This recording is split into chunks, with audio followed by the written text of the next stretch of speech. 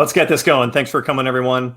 The 10-minute talent rant is live. I'm James Hornick, joined by Jeff Smith, and we are on the clock. The 10-minute talent rant is our ongoing series where we break down things that are broken in the talent acquisition and hiring space, maybe even pitch a solution or two. Before we dig into it, remember to subscribe to Referrals YouTube channel and the Talent Insights podcast to get all the episodes. So this week's topic, what's up with referrals acting entitled? And to give everyone a little background here, we've talked a lot about job seeking, networking, how to do informational interviews, getting in the door places. It's better than just kind of the apply to a million places and pray. You can get in the door, but that's all well and good until you act a fool, which we have seen on multiple occasions, it seems like recently. So, Jeff, why don't you lay more context? Why don't you give an example? I'll try to give an example as well, too. Yeah, and to preface, like when we say we hire well, career well, James and I, any other people that are creating content, that's what we mean by the we. I mean, look, when we were prepping, example one for me was really, it was right top of mind. I had a gentleman that I know pretty well. I wouldn't say friends, but definitely colleagues, somebody that I've worked, relatively closely with, for a number of years.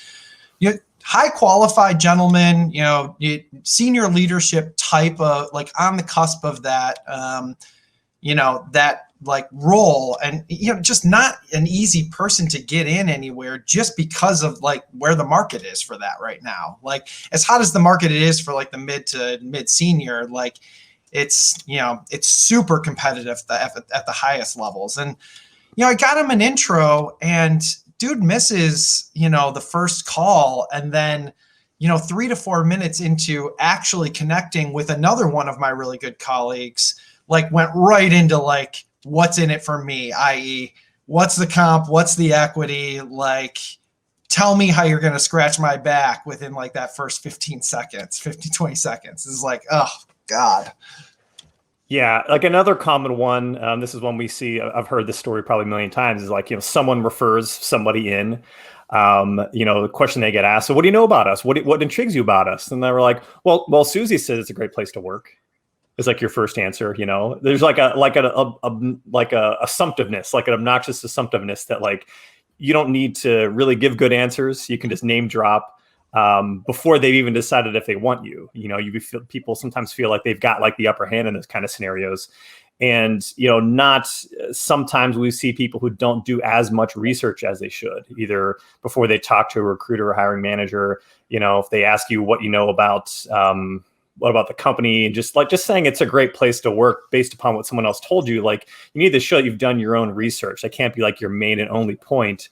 And, you can't let it come across that you think that you're just going to be able to skate through the interview process, because that really turns people off. So, yeah, I mean, the fair retort to that, right, is like, do you do everything that Susie tells you to do? Right.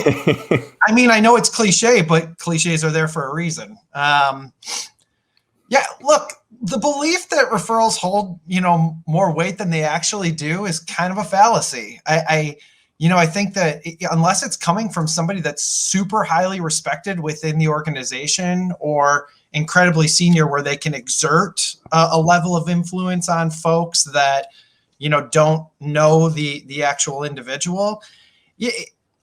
I don't want to say it doesn't hold any weight. I also, conversely, don't think it holds as much weight as, to your point, a lot of the folks in these scenarios think it does.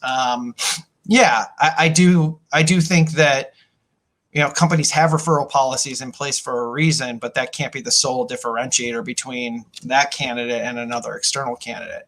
And secondly, like, listen, folks, being a referral is not a free pass to getting to the final part of the interview process and getting an offer. Like, you're still going to have to go through all the process and steps that the other candidates are going through. Like, the market is incredibly competitive, and you being a referral isn't going to give you, like I said, that much of a leg up on the other candidates. Like, if you're not bringing your A game and showing, like, why you fit the skills description of the job, but also why the job is actually a good fit for you, other than Susie, chances are you're not going to win. Apologies to anybody named Susie out there, because we're using that as the cutout for this whole thing. Let's go. Let's transition to Joe. Joe. All right. So is now Joe. All right, we'll go with Joe now. So another thing you have to keep in mind, not everyone in the company might like Joe, right? Like not everyone in the company, not every interviewer might even like your friend, you know? Like we don't know how we're throwing this out as a broad example. You know, you could be talking to someone, your friend could be in a different group, but there's just no guarantee that if you continue kind of name dropping someone and skating on that, like, you know, I'm sure that they work there. I'm sure that they don't, it's not all enemies, but like all you need is one person in the interview process that really doesn't think that highly of your friend and you get the thumbs down. So I think it's important to kind of divorce yourself from that. And also keep in mind too, as Jeff was saying, that like, it's really competitive out there right now. Like these companies, you know, if they're trying to make high value hires, a lot of times they're working with firms like ours, or they're still working with their internal recruitment staff, and they're asking whether it's they have internal recruiters or they're asking us. Like they still want to see comparable candidates. They still want to talk to other people. They still want to hire the best person. And just because you were referred in doesn't mean you're the best, you know, and you still have to present yourself in a way and interview in a way where you still have to knock it out of the park and not just kind of rest on that. So I want to make sure that everybody understands too, like first of all, great work if you've gotten into the process as a referral. That's fantastic. And that's exactly what we've wanted you to do. But the two things that James just described, they're not anecdotal. I want it to be really, really clear that I've just gone through another situation in which somebody was referred, and you hang your hat on that laurel that person is well respected.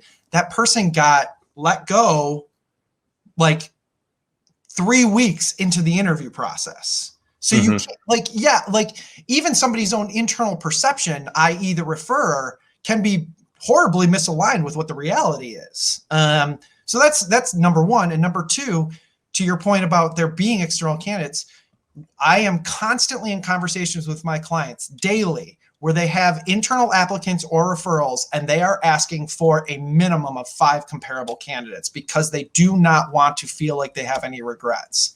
And they are hiring those external candidates just as frequently as they are the referrer.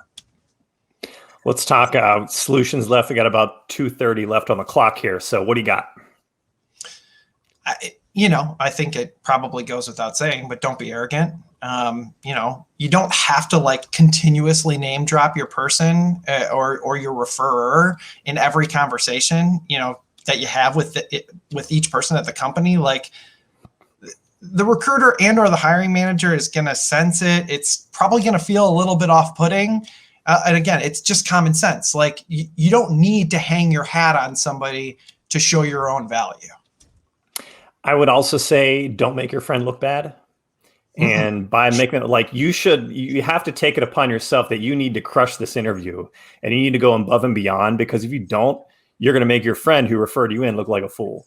And I think if you have that mindset that it's up to you to do your friend a solid back, like you're going to interview better in the process.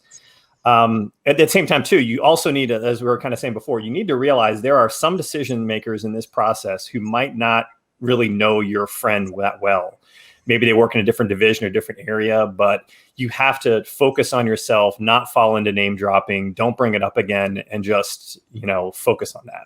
Yeah, it's actually kind of astounding that, the more we've prepped for this and more we've talked about it, it's crazy to think that referrers actually interview or are less prepared. You automatically have this built-in leg up, i.e., the last thing we were going to talk about as solutions is use your referrer as a soundboard and a center of information so that you can kind of knock this out of the park. Like being unprepared as a referral is worse than being unprepared as an external candidate, because you literally have the leg up. So just like do the extra work, like ask your referrer, what can I do to hit this thing out of the park? And chances are you'll be better equipped. And we are short on clock, so that's a wrap for this week. Thanks again for tuning into the 10-Minute Talent Rant, part of the Talent Insights series, which is available for replay on HireWell's YouTube channel, as well as the Talent Insights podcast on Apple, Google, Spotify, and Amazon. Oh, we got about 15 seconds left. Jeff, anything else you want to say? Really? Oh, it's at 11:02. I felt like we were like dead on there. Well, 10 seconds. All right. Well, Have a great Yeah. Wednesday, folks. Good night, Canada.